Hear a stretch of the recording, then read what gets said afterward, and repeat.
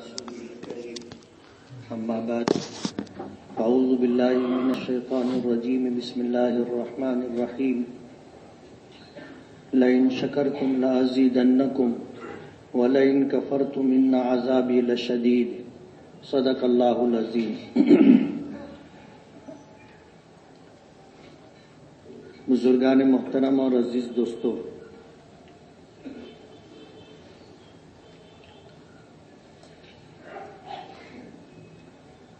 موت اس کائنات کی سب سے بڑی حقیقت ہے اور زندگی سب سے بڑا دھوکہ ہے. آپ اندازہ کر سکتے ہیں اس بات سے کہ جب کسی کے اچانک چلے جانے کی خبر سنائی دیتی ہے تو کہنے والے ایسا بھی کہتے ہیں کہ کل تو میرے ساتھ تھا، کل ہم لوگوں نے ساتھ میں چائے پی تھی، کل ہم لوگ ساتھ میں تھے، مارکیٹ میں میں نے اسے دیکھا تھا. بلانا آ گیا، وقت تو پورا ہو گیا، وہ شخص چلا گیا. زندگی سب سے بڑا دھوکہ ہے. اللہ پاک نے اسی لیے فرمایا وَمَا الْحَيَاةُ الدُّنْيَا إِلَّا مَتَاعُ الْغُرُورِ. دنیاوی زندگی دھوکے کا سامان ہے. آدمی اپنی صحت کی بنیاد پر ایسا سمجھتا ہے کہ ابھی میں بہت دن تک جیوں گا، اپنا کاروبار اچھا ہو، اپنا گھر اچھا ہو، اللہ کی بے شمار نعمتیں ہیں. ان نعمتوں کو دیکھ کر کے آدمی دھوکے میں پڑ جاتا ہے کہ ابھی مجھے مرنا نہیں. جب اس کی یہ سوچ بن جاتی ہے تو وہ مرنے کی تیاری بھی نہیں کرتا، بلکہ وہ زندگی گزارنے کی، بہتر زندگی کیسے گزرے اس کی فکر کرتا ہے. موت کی فکر نہیں ہوتی، آخرت کی فکر نہیں ہوتی. اس دنیا میں اللہ تعالیٰ کی نعمتیں ملنے کے بعد دنیاوی زندگی کی وجہ سے یہ دھوکے میں پڑ جاتا ہے اور ایسا سمجھتا ہے کہ ابھی میری زندگی بہت باقی. حالانکہ روزانہ لوگوں کو مرتے دیکھتا ہے، انتقال ہوتا ہے، پکارا سنتا ہے. کچھ قریبی لوگ ہوتے ہیں تو گھر پر حاضری دیتا ہے، اور پھر جب جنازہ اور تدفین کا وقت آتا ہے تو میت کو کاندھا دے کر قبرستان تک لے جاتا ہے، اس کی نماز جنازہ پڑھتا ہے، اس کی تدفین کے عمل میں شریک رہتا ہے. لیکن اسے اس بات کا احساس اور خیال نہیں ہوتا کہ مجھے بھی مرنا ہے اور ایک وقت آئے گا کہ میں ان تمام مراحل سے گزروں گا. میرے مرنے کی خبر سن کر کے کچھ لوگ گھر پر آئیں گے، کچھ لوگ جنازے میں شریک ہوں گے، تدفین میں شریک ہوں گے. میں لوگوں کے کاندھے پر آؤں گا، میری نماز جنازہ پڑھی جائے گی اور تنہا مجھے قبر میں ڈال کر لوگ واپس چلے جائیں گے. یہ سوچنے کے لیے آج ہم لوگ تیار نہیں ہیں. اللہ تعالیٰ کا ارشاد بالکل برحق ہے وَمَا الْحَيَاةُ الدُّنْيَا إِلَّا مَتَاعُ الْغُرُورِ، کہ یہ دنیاوی زندگی دھوکے کا سامان ہے. اور ان چیزوں سے ہمیں دھوکہ لگ کر کے ایسا لگتا ہے کہ ہم زندہ رہیں گے. اس لیے زندہ رہنے کے لیے، اچھی زندگی گزارنے کے لیے جو اسباب ہو سکتے ہیں ان اسباب کو جوڑنے کی فکر میں ہر شخص لگائے. کیا امیر، کیا غریب، کیا چھوٹا، کیا بڑا، کیا شہری، کیا دیہاتی، ہر شخص اسی فکر میں لگائے. حتیٰ کہ بوڑھا شخص جو عمر کے آخری پائیدان پر قدم رکھ چکا ہے، اب اس کے بعد زندگی کا کوئی اور حصہ نہیں ہے. بچپنے کے بعد نوجوانی آتی ہے، نوجوانی کے بعد جوانی، اور جوانی کے بعد ادھیڑی، ادھیڑی کے بعد بڑھاپا، بڑھاپے کے بعد کیا؟ موت کے علاوہ کچھ نہیں ہے. لیکن وہ سوچنے کے لیے تیار نہیں. حدیث پاک میں آتا ہے کہ انسان بوڑھا ہوتا ہے لیکن اس کی دو خواہشیں جوان ہوتی. یعنی جیسے جیسے اس کی عمر بڑھتی جاتی ہے دو خواہشیں جوان ہوتی چلی جاتی. حضور پاک صلی اللہ علیہ وسلم نے فرمایا کہ ایک تو اس کے جینے کی خواہش، بوڑھا ہو گیا، اذکار رفتہ ہو گیا، اب چلنا مشکل ہے، بھول جانے کا عارضہ لاحق ہو گیا، ہاتھوں میں راشے آ گئے، منہ میں دانت نہیں رہے، کھانے کی لذت نہیں ملتی، لیکن موت مر جائے اس کے لیے تیار نہیں۔ اس کی دو خواہشیں جوان ہوتی، جیسے جیسے عمر بڑھتی ہے یہ دونوں خواہشیں بھی بڑھتی۔ ایک تو لمبی زندگی کی خواہش،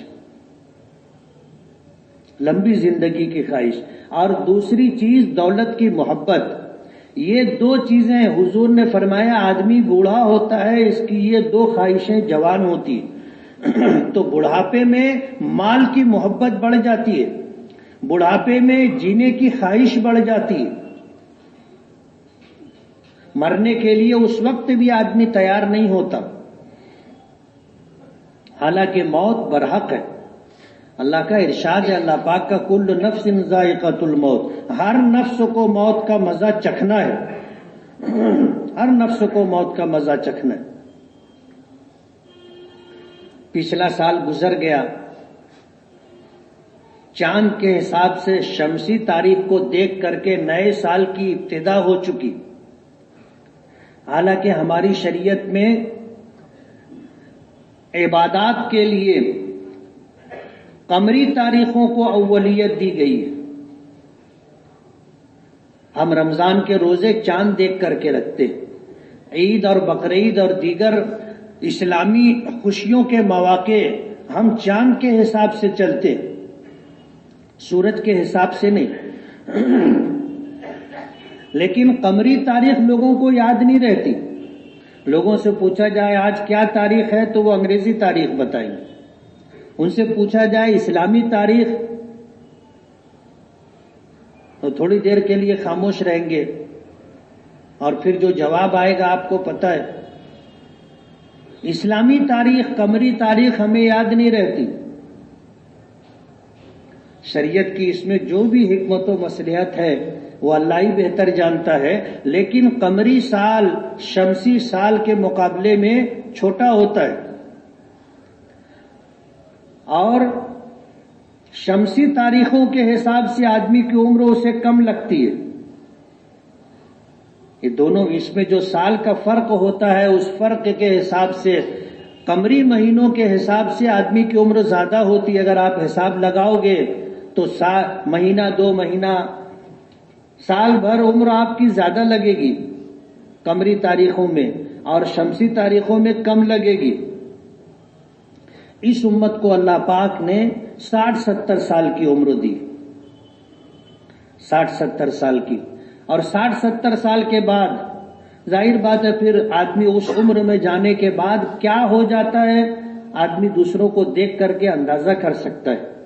پچھلا سال گزر گیا، نئے سال کی ابتدا ہو گئی، کچھ لوگ پچھلا سال جب ختم ہوتا ہے نئے سال کا آغاز ہوتا ہے تو خوشیاں مناتے، خوشیاں مناتے، اور باقاعدہ اس کے لیے اجتماعی طور پر خوشیوں کا پروگرام منعقد کیا جاتا ہے۔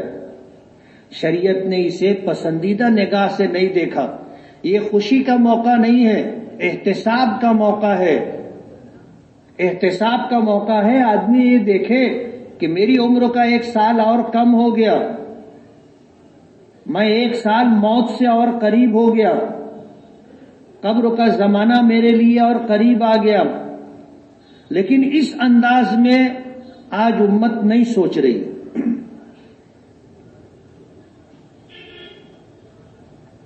کسی نے کہا ہے نا کہ ایک اینٹ گر گئی ہے دیوار حیات سے، غافل یہ کہہ رہا ہے نیا سال مبارک۔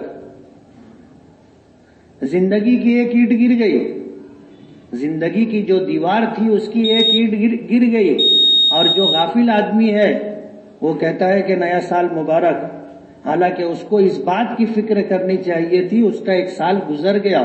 احتساب کا موقع ہے، آدمی دیکھے، آدمی دیکھے اس بات کو کہ پچھلا سال میرا کیسا گزرا، نیکی کے اعتبار سے، آخرت کے اعتبار سے۔ دنیا دار لوگ کاروبار کا حساب و کتاب کرتے ہیں، کچھ لوگ جنوری میں کرتے ہیں، کچھ لوگ مارچ میں کرتے ہیں، جن کو زکوٰۃ ادا کرنی ہوتی ہے وہ رمضان میں کرتے ہیں. کاروبار کا اور مال کا حساب و کتاب تو لوگ کر لیتے ہیں، مسلمان اس میں بھی غافل ہے کہ مال کا بھی حساب و کتاب پورا نہیں کرتا. جب زکوٰۃ کا نظام، زکوٰۃ کا وقت آتا ہے ادائیگی کا، تو اس وقت سرسری طور پر جائزہ لے کر کے زکوٰۃ ادا کرتا ہے. پورا حساب و کتاب کر کے آنا پائی کا زکوٰۃ ادا کرنے کا نظام بہت کم لوگوں کا ہے. تو مال کا حساب و کتاب تو آدمی کسی نہ کسی درجے میں کر لیتا ہے، لیکن اپنی زندگی میں اس نے کتنی نیکیاں کی، اس سے کتنی کوتاہیاں ہوئی، اس بات کا جائزہ لینے کے لیے کوئی تیار نہیں ہے کہ میرا گزرا ہوا سال میری آخرت کے پیش نظر کیسا رہا، اس میں میں نے 5 وقت نمازوں کا اہتمام کیا یا نہیں، میں نے رمضان کے پورے روزے اہتمام سے رکھے یا نہیں، میں نے زکوٰۃ پوری ادا کی یا نہیں، حج ذمے میں باقی تھا تو حج کیا یا نہیں. اسی طرح آدمی دیگر اعمال کا جائزہ لے کہ میرے معمولات کیا رہے، کیا میں نے اللہ کے ذکر کا اہتمام کیا، میں نے قرآن کریم کی تلاوت کا اہتمام کیا، میں نے دیگر کار خیر میں کتنا حصہ لیا. آدمی کو احتساب کرنا چاہیے، اپنا جائزہ لینا چاہیے گزرے ہوئے وقت کو سامنے رکھ کر کے، لیکن ایسا ہوتا نہیں ہے. اس لیے اللہ پاک نے فرمایا وَمَا الْحَيَاةُ الدُّنْيَا إِلَّا مَتَاعُ الْغُرُورِ کہ آدمی دنیاوی زندگی کی وجہ سے دھوکہ کھا کر کے اسی میں زندگی گزارتا رہتا ہے. پھر وقت پورا ہو جاتا ہے تو سوائے افسوس کے کچھ اور ہاتھ نہیں آئے گا. زندگی کا اللہ نے جو موقع عطا کیا ہے، یہ زندگی آنے والی زندگی کو بہتر بنانے کا وقت ہے. آج عمل کا موقع ہے، آج عمل کا موقع ہے، کل عمل کا موقع نہیں رہے گا. مر جانے کے بعد آدمی اپنی نیکیوں میں ایک نیکی کا بھی اضافہ خود سے نہیں کر سکتا. اس کی موت پر اس کا نام اعمال اس کے حق میں بند ہو جاتا ہے. مرنے کے بعد اس کا ذاتی کوئی عمل اس کی نیکیوں کو نہیں بڑھا سکتا. یہی زندگی ہے جس میں عمل کر کے آدمی نیکیوں کا ذخیرہ اپنے لیے جمع کر سکتا ہے. اور جانے والوں کو کون یاد رکھتا ہے؟ جانے والوں کو کون یاد رکھتا ہے؟ کس کا گھر ایسا ہوگا جہاں کسی کا انتقال نہ ہوا ہو؟ لیکن کیا ہم ان کو یاد کرتے ہیں؟ ان کے لیے باقاعدہ اہتمام کے ساتھ ہم ایصال ثواب کرتے ہیں؟ ان کے مرنے کو سامنے رکھ کر کے اپنی موت ہمیں یاد آتی ہے؟ ایسا نہیں ہوتا. کبھی کبھار ایسا ہوتا ہے کہ اپنے مرحومین کے لیے ہم لوگ ایصال ثواب یا دعاؤں کا اہتمام کر لیتے ہیں، ورنہ عام طور پر یہ چیز رہی نہیں امت میں. اللہ پاک کا ارشاد ہے، کل سورہ صافات کی چند آیات کی تفسیر میں اخیر آیت کا ایک ٹکڑا تھا لِمِثْلِ هَذَا فَلْيَعْمَلِ الْعَامِلُونَ. اللہ نے جو نعمتیں جنتیوں کو دیں گے وہ نعمتیں اللہ پاک نے شمار کروائی. پچھلے ہفتے درس قرآن میں جہنمیوں کا تذکرہ تھا، اس کی آخری آیت میں تھا الا عباد اللہ المخلصین. یہ جہنم کے عذاب یہ ہے، اس طرح اذیت اور تکلیف ہوگی. ایک جہنمی کن حالات سے دوچار ہوگا، اس میں پھر استثناء تھا الا عباد اللہ المخلصین، مگر اللہ کے کچھ چنندہ برگزیدہ بندے ہوں گے جو اس سے مستثنی ہیں. وہ کون ہوں گے؟ اس ہفتہ اللہ پاک نے قرآن سورہ صافات کی آیت میں جن چیزوں کو ذکر کیا اس کا کل درس قرآن میں کل کی تفسیر میں یہ تھا. اللہ پاک جنت میں 6 طرح کی نعمتیں جنتیوں کو عطا کریں گے، 6 طرح کی نعمتیں دیں گے. اور اس میں سب سے بڑی جو نعمت ہوگی وہ یہ کہ جنتی جنت میں اپنے ایمان کی وجہ سے، اپنے نیک اعمال کی وجہ سے خوش ہو رہے ہوں گے، ایک دوسرے کو مبارکباد دے رہے ہوں گے.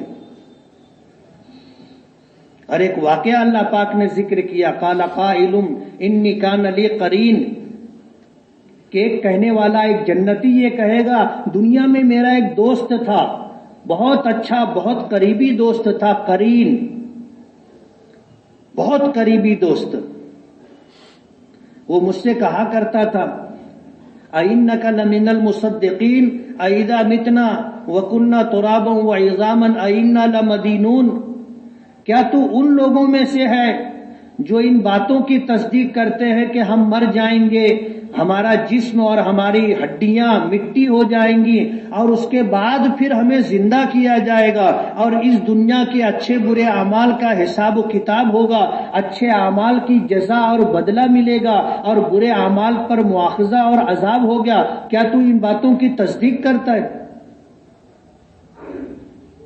دنیا میں مجھ سے کہا کرتا تھا اور ایمان سے ہٹانے کی اور نیک اعمال سے روکنے کی پوری کوشش کیا کرتا تھا، وَلَوْلَا نِعْمَةُ رَبِّي لَكُنْتُ مِنَ الْمُحْضَرِينَ، اگر میرے پروردگار کا کرم نہ ہوتا، میرے پروردگار کی نعمت، عنایات اور فضل نہ ہوتا تو میں بھی انہی لوگوں میں ہوتا جو آج جہنم میں پڑے ہوئے اور اللہ کے عذاب میں گرفتار، لَكُنْتُ مِنَ الْمُحْضَرِينَ، میں بھی انہی لوگوں میں ہوتا۔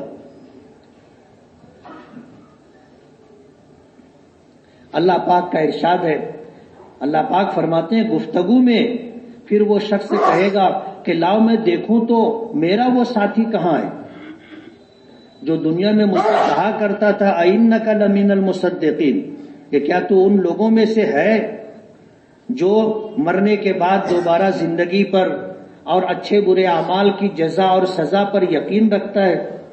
میں تو نہیں مانتا، تو مانتا ہے اس باتوں کو، ان باتوں کو اگر تو مانتا ہے تو ایسا کیسے؟ اللہ پاک اس جنتی کے دل میں یہ بات ڈالیں گے کہ وہ یہ سوچے گا کہ میں دیکھوں تو میرا وہ ساتھی کہاں ہے۔ فَاطَّلَعَ فَرَآهُ فِي سَوَاءِ الْجَحِيمِ، وہ اپنے ساتھیوں سے کہے گا کہ آؤ دیکھیں تو وہ کہاں ہے، اور پھر وہ لوگ جنت سے جہنم کی طرف دیکھیں گے۔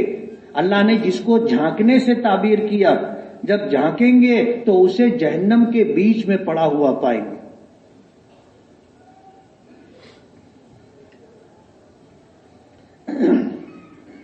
اور پھر اس وقت یہ جنتی اس جہنمی سے کہے گا افما نحن بمیتین، کیا اب ہم مرنے والے نہیں ہیں؟ کیا ہم مرنے والے ہیں؟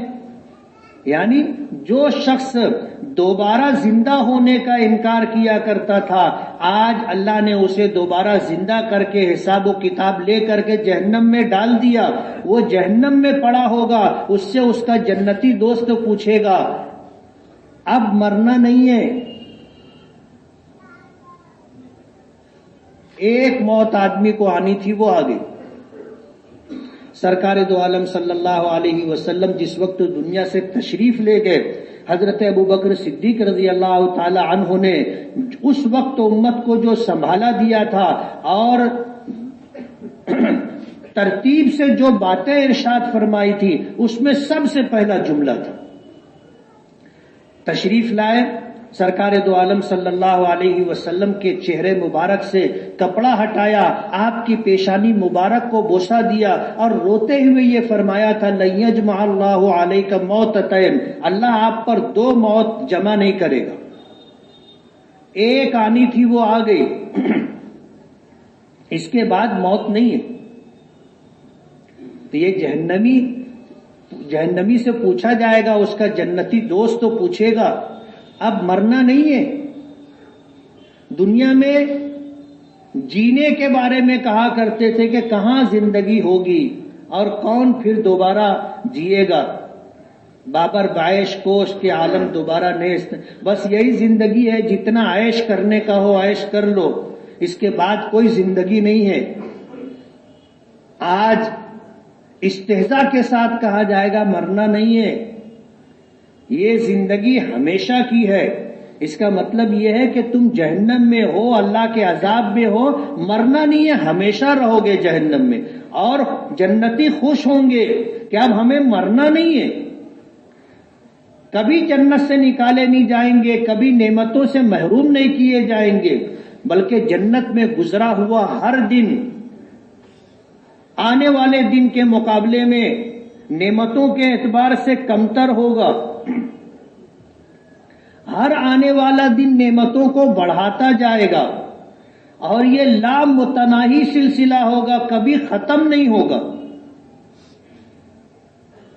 ایک جیسے حالات سے آدمی اوب جاتا ہے، ایک جیسا ذائقہ، ایک جیسا مزہ آدمی کا دل بھر دیتا ہے، پھر کچھ دنوں کے بعد آدمی بولتا ہے کہ یار اب یہ چیز اچھی نہیں لگتی۔ جو چیز فراوانی کے ساتھ ملنے لگتی ہے اس چیز سے دل ہٹ جاتا ہے، دل بھر جاتا ہے۔ ایک ہی ذائقہ، ایک ہی مزہ، آدمی اس طرح کی باتیں کرنے لگتا ہے اس کے پیش نظر۔ جنت میں ایسا نہیں ہوگا، ہر دن نعمتیں بڑھتی جائیں گی۔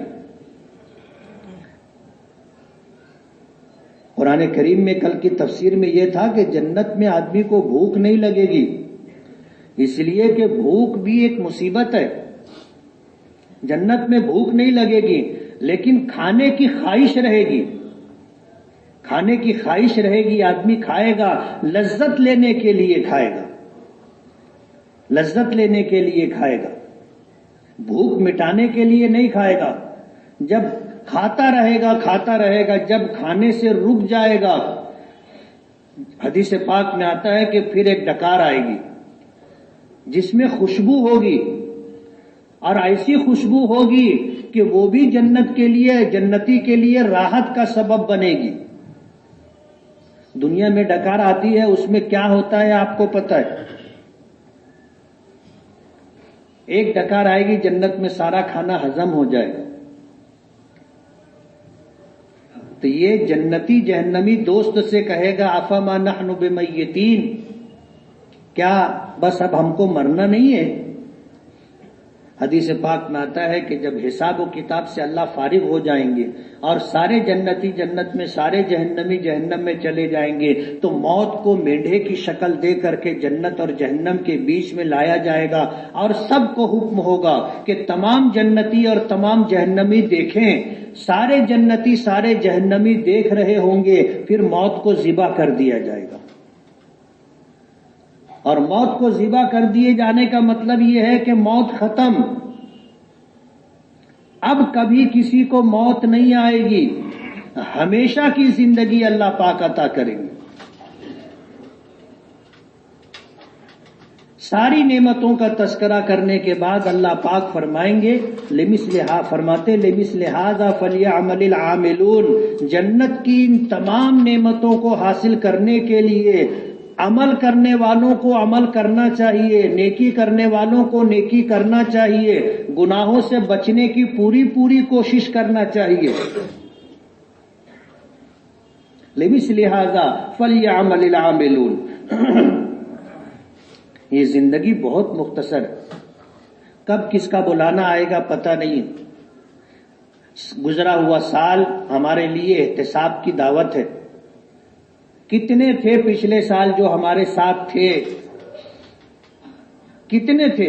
سال بھر میں دنیا سے چلے گئے، نیا سال شروع ہو رہا ہے، نہ جانے کتنے لوگوں کا وقت پورا ہو رہا ہوگا، اور کس کا کب بلانا آ جائے گا۔ اپنے گناہوں پر نادم ہو کر کے، شرمندہ ہو کر کے آدمی سچی پکی توبہ کر لے، گناہوں کا راستہ پکڑا ہو، گناہوں کا راستہ چھوڑ دے، اپنا راستہ بدل لے، نمازوں میں کوتاہیاں کر رہا ہو، 5 وقتہ نمازوں کا اہتمام کرے، جائز طریقے سے کمانے کی کوشش کرے، اپنے وقت کا صحیح استعمال کرے، اپنی آخرت کی فکر کرے، جہاں ہمیشہ رہنا ہے۔ یہ زندگی ایک دھوکہ ہے، کب بلانا آ جائے گا اللہ رب العالمین کی طرف سے کسی کو پتہ نہیں۔ اللہ کے برگزیدہ بندے اسی بات کی دعوت دیا کرتے تھے، موت کو ہمیشہ سامنے رکھ کر کے گفتگو کیا کرتے ہیں۔ شیخ عبد القادر جیلانی رحمۃ اللہ علیہ کے واقعات میں بڑی عجیب باتیں ملتی، بڑی عجیب باتیں۔ اور یہ والدہ کی تربیت کا نتیجہ تھا، یتیم تھے۔ میں نے کسی موقع پر یہ بات کہی کہ تاریخ اٹھا کر کے آپ دیکھو گے تو تاریخ میں جو بڑی بڑی شخصیات ہمیں ملتی ہیں جن کا نام عقیدت و محبت سے لیا جاتا ہے، ایسے لوگوں میں ایک بہت بڑی تعداد جن کو ہم جانتے ہیں یتیم لوگوں کی تھی۔ سرکار دو عالم صلی اللہ علیہ وسلم یتیم تھے، امام بخاری رحمۃ اللہ علیہ یتیم تھے، امام اعظم ابو حنیفہ رحمۃ اللہ علیہ یتیم تھے، امام مسلم رحمۃ اللہ علیہ یتیم تھے، خواجہ قطب الدین بختیار کاکی رحمۃ اللہ علیہ یتیم تھے، خواجہ معین الدین چشتی اجمیری رحمۃ اللہ علیہ یتیم تھے، شیخ عبد القادر جیلانی رحمۃ اللہ علیہ یتیم تھے۔ عام طور پر یتیم بچے ضائع ہو جاتے ہیں، سماج میں ان کو کوئی عزت کا مقام نہیں ملتا۔ وجہ اس کی یہ ہوتی ہے کہ تربیت باپ کے ڈر اور خوف کے ساتھ ہوتی ہے، اور بچے ماں سے ڈرتے نہیں ہیں۔ ماں کی ممتا اتنی ہوتی ہے اور ماں اپنے بچوں سے اتنی محبت کرتی ہے کہ بچوں کو ماں کی طرف سے ڈر اور خوف نہیں رہتا۔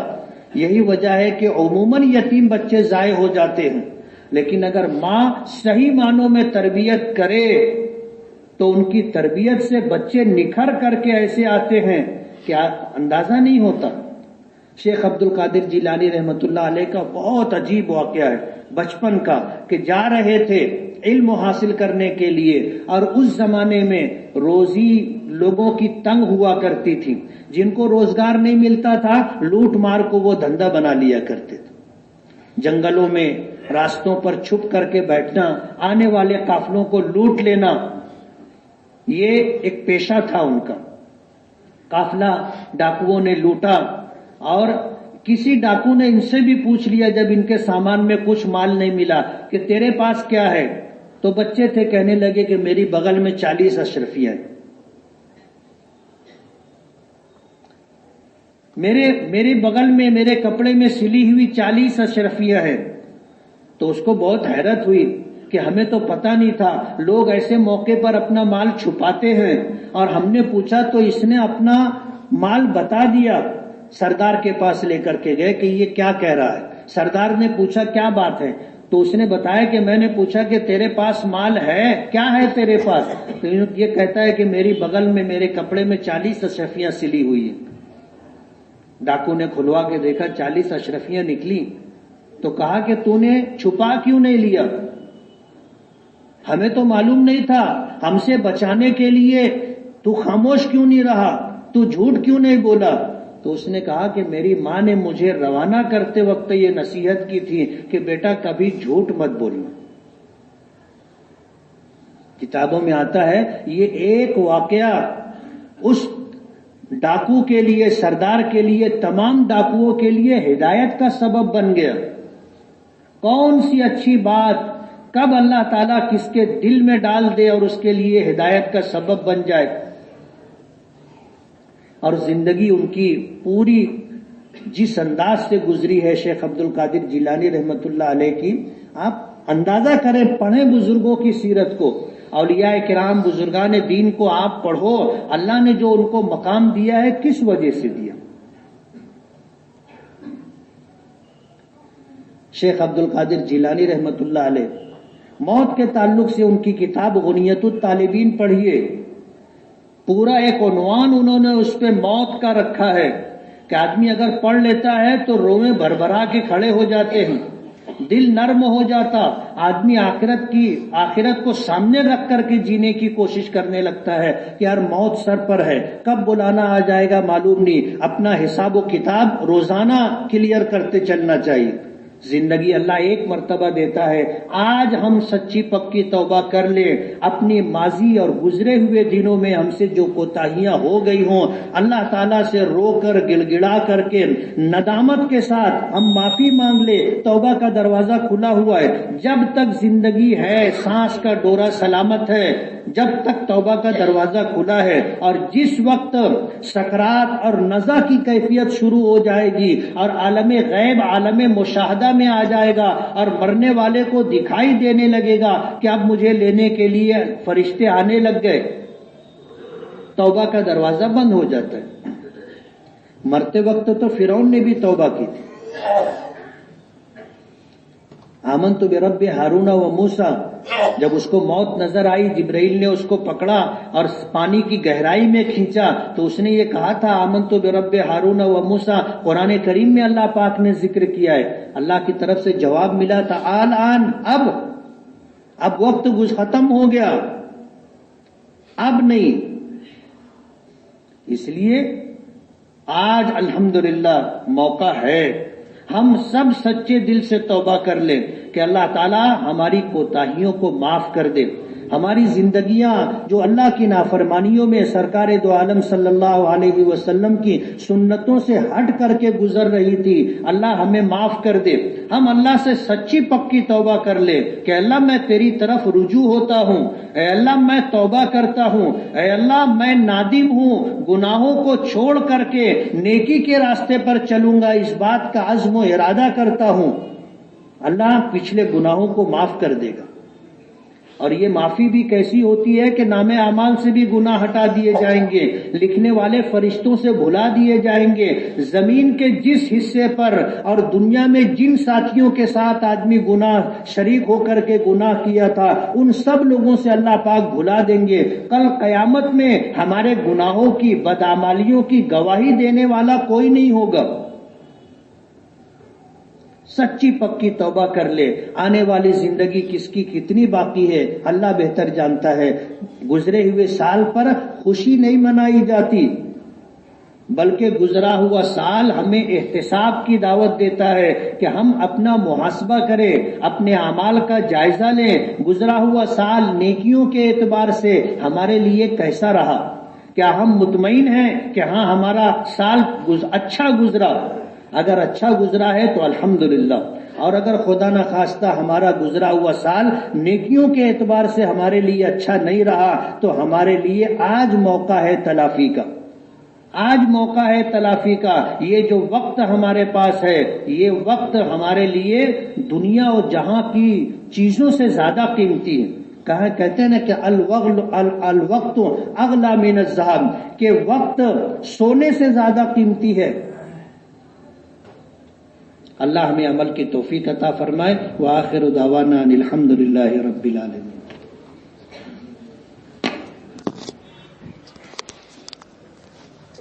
جن حضرات نے سنت نہ پڑھی سنت